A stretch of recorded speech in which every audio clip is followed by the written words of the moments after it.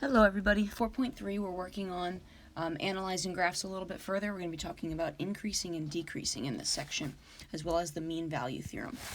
So we're going to warm up here by finding the critical points.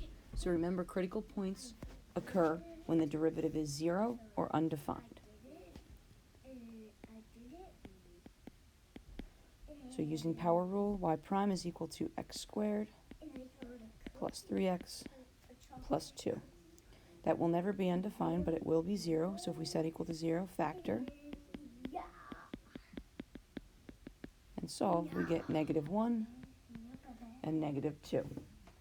And the second one,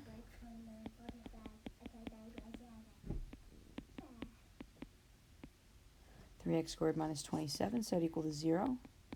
X squared minus 9 is equal to 0. So x equals plus and minus 3.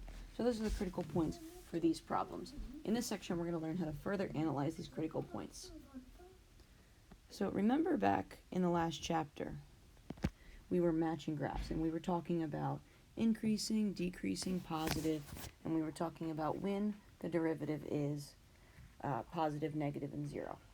Okay? So we did things like find the zeros first. And if we had turning points, that meant that we had zeros on our derivative graph. And if we had increasing, then we had positives on our derivative graph. And if we had decreasing,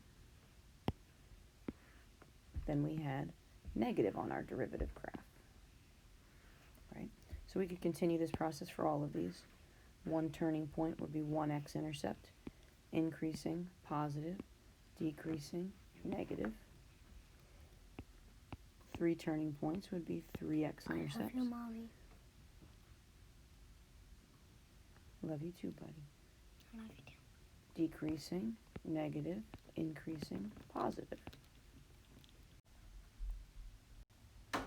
Okay, so now we're going to take it from the other direction, right? Rather than looking at an original graph and moving on to a derivative graph, our job in this chapter is to be able to find all of the information about the function using the derivatives and then be able to piece together the original function's graph. Okay? So the opposite of what we learned last chapter, we can make this statement in Theorem 2. If f prime is greater than 0 or positive for a certain interval, a to b, then f is said to be increasing on that interval. So a positive f prime implies an increasing f.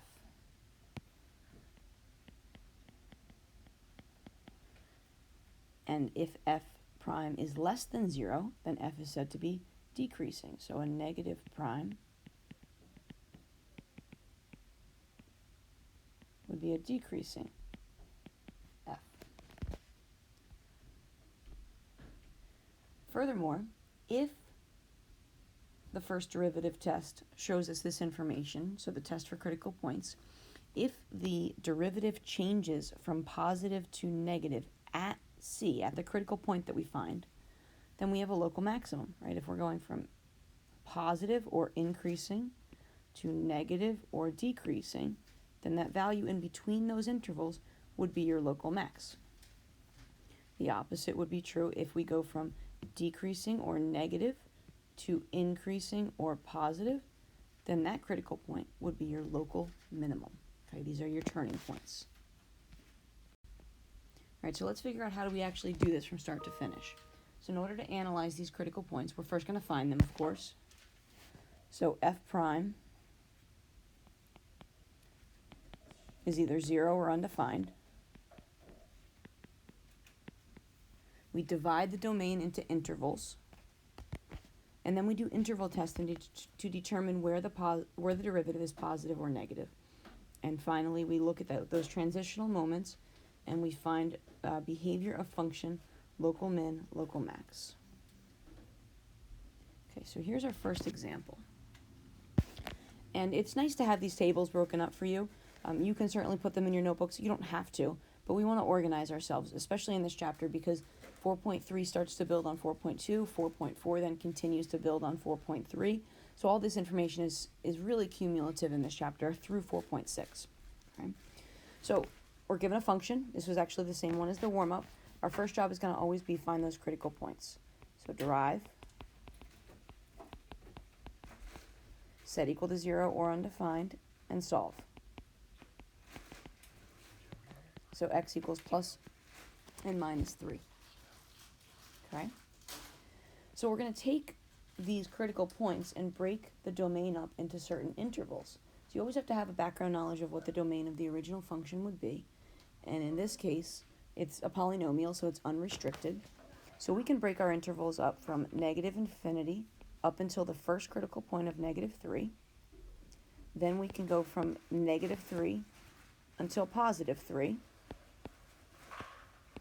And from positive 3 until infinity. So you can see here that 2 critical points gave us 3 intervals. I mean, that's not always true, but typically that's going to be true. We want to test a value. Now, I know I solved for my critical point just mentally, and really I thought about a square root in my head, but factored form is going to absolutely be the easiest. So I'm going to backtrack a minute and write x squared minus 9 as x plus 3, x minus 3. Because when we do this test value and we're looking to figure out is the derivative positive or negative, we really just care about the factors and the signs of those factors. Okay? So now, for my test value, in between negative infinity and negative 3, I can think of any number. It doesn't matter. I'm going to think of negative 5 in my head. Again, I don't care about the overall value. I just care about the sign. So if I take negative 5 and I plug it into that factored form of my first derivative, for this case, then I would have negative 5 plus 3. Well, that's a negative answer. Negative 5 minus 3, that's also a negative answer. And a negative times a negative is a positive. So because my test value gave me a positive first derivative in this interval, the behavior of my f of x is increasing in this interval. Okay. So now I'll continue. If I go to the interval of negative 3 until 3, I can think of a value like 0. Whenever I can use 0, I'm going to use it. So if I use 0, 0 plus 3, well, that's a positive number. 0 minus 3, that's a negative number. Positive times a negative is a negative.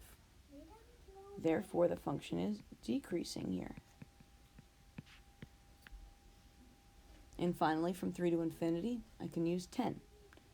10 plus 3, that's positive. 10 minus 3, that's positive. Positive times a positive is a positive. So we are increasing. So this polynomial did follow a pattern of increasing, decreasing, increasing. But it won't always. So just because you get the first one to be increasing, don't go and enter in the rest of them thinking it's always going to alternate, because it won't. All right, so finally I can make a conclusion. Right, at those transitional moments, at the critical points, I can conclude here whether they are mins or maxes.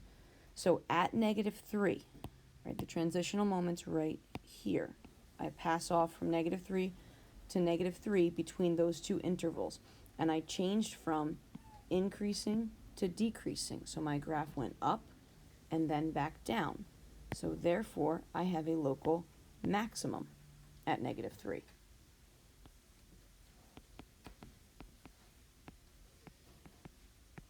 And then at positive 3, we transition from here to here. So we transition from decreasing up to increasing, right? Down and then up. So at x equals positive 3, we have a minimum value.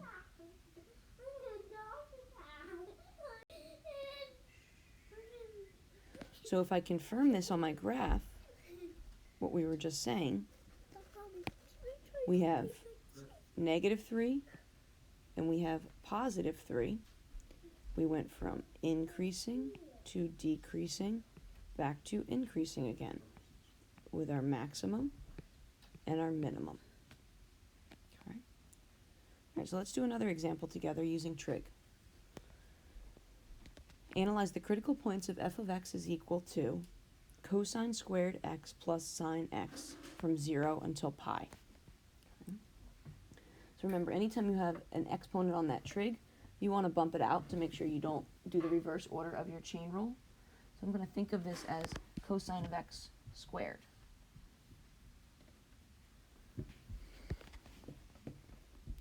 When I derive.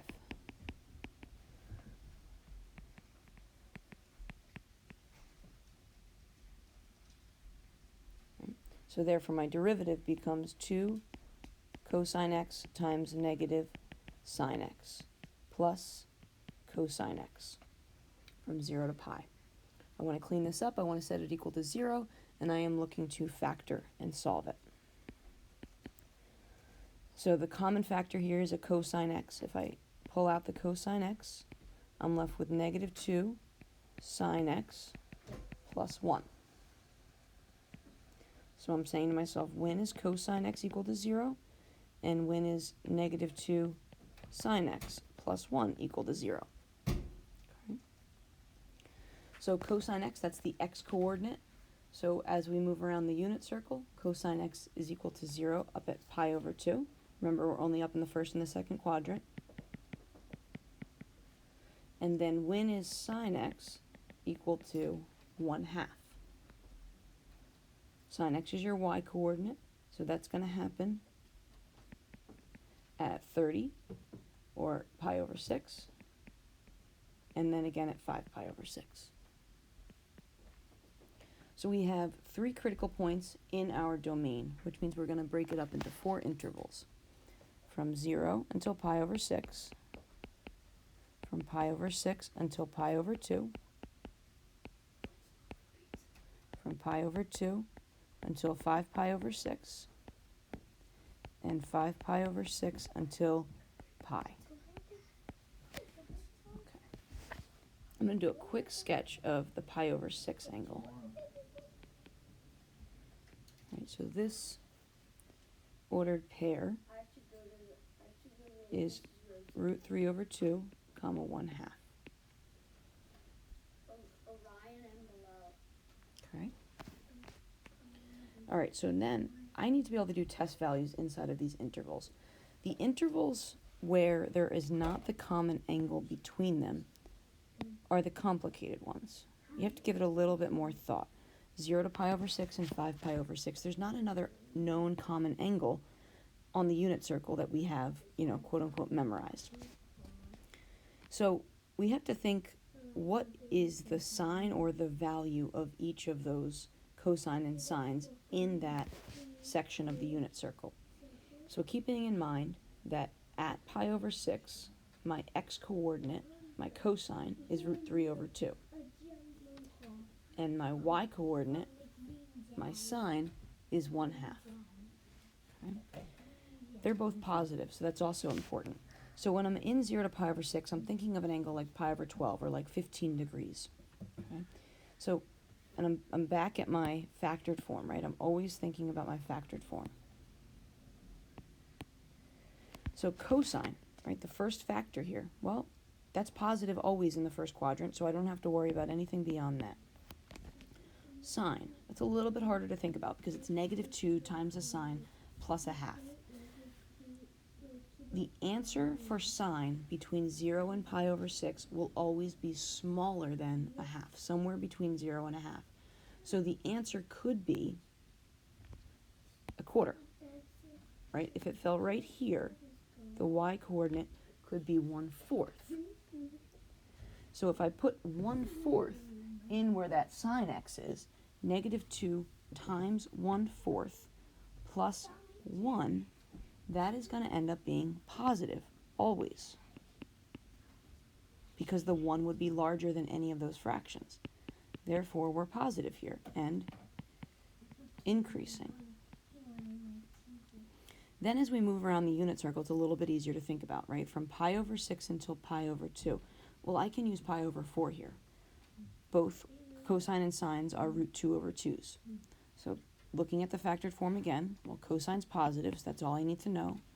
And sine, root 2 over 2, times that negative 2, would be a negative root 2 plus 1. Well, negative root 2 is going to be a little bit larger than the 1, so that result is negative and decreasing. Then if I move over here to pi over 2 until 5 pi over 6. Well, over there I could use 3 pi over 4 and use the same logic, except 3 pi over 4 cosine, my x-coordinate, is now negative, right, because I'm in the second quadrant. So it's negative. The sine is still positive root 2 over 2, so if I multiply that by a negative 2 and I add a 1, it's negative. Negative times a negative is a positive, and we are increasing again. And finally, I'm over here at 5 pi over 6, and I'm having that same issue that I had in the first quadrant between 0 and pi over 6. I really have to consider what's going on with cosine, what's going on with sine. So cosine is negative. Sine is between 0 and a half. So I could get a quarter. I could get 0.4. I could get anything less than a half, right? So then, if I have that, the negative 2 times a quarter plus 1 is going to be a positive. So overall, it's negative and decreasing. So if I go from increasing to decreasing at pi over 6, then we have a maximum at x equals pi over 6. And if I go from decreasing to increasing at pi over 2, I have a minimum at x equals pi over 2. And then again, I go from increasing to decreasing at 5 pi over 6, so I have a second local maximum.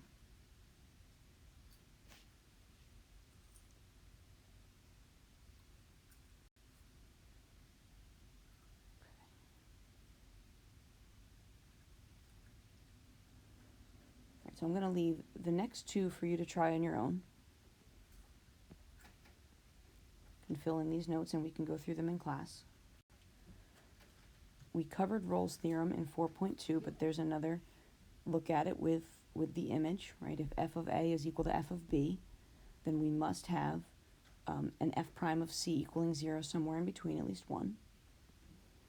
And then the mean value theorem. This is a theorem that you're going to see obviously in this chapter, but as well in the next chapter, and we'll take a look at it in this direction using derivatives, and then we'll take a look at it again in the other direction using integrals. So the mean value theorem states that assume that f of x is continuous on the closed interval and differentiable, then there exists at least one c from a to b such that the derivative is equal to, or the slope of the tangent line is equal to the slope of the secant line. Right, f prime of c equals f of b minus f of a over b minus a. Right, that's like saying if you are running in a race and your average speed is 10 miles per hour, then at some moment you must have also hit 10 miles per hour. Okay?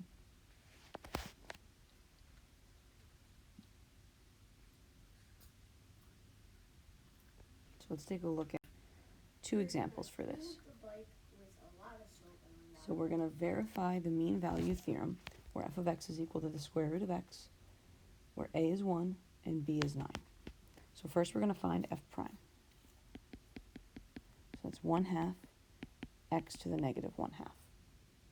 Then we're going to find the slope of the secant line.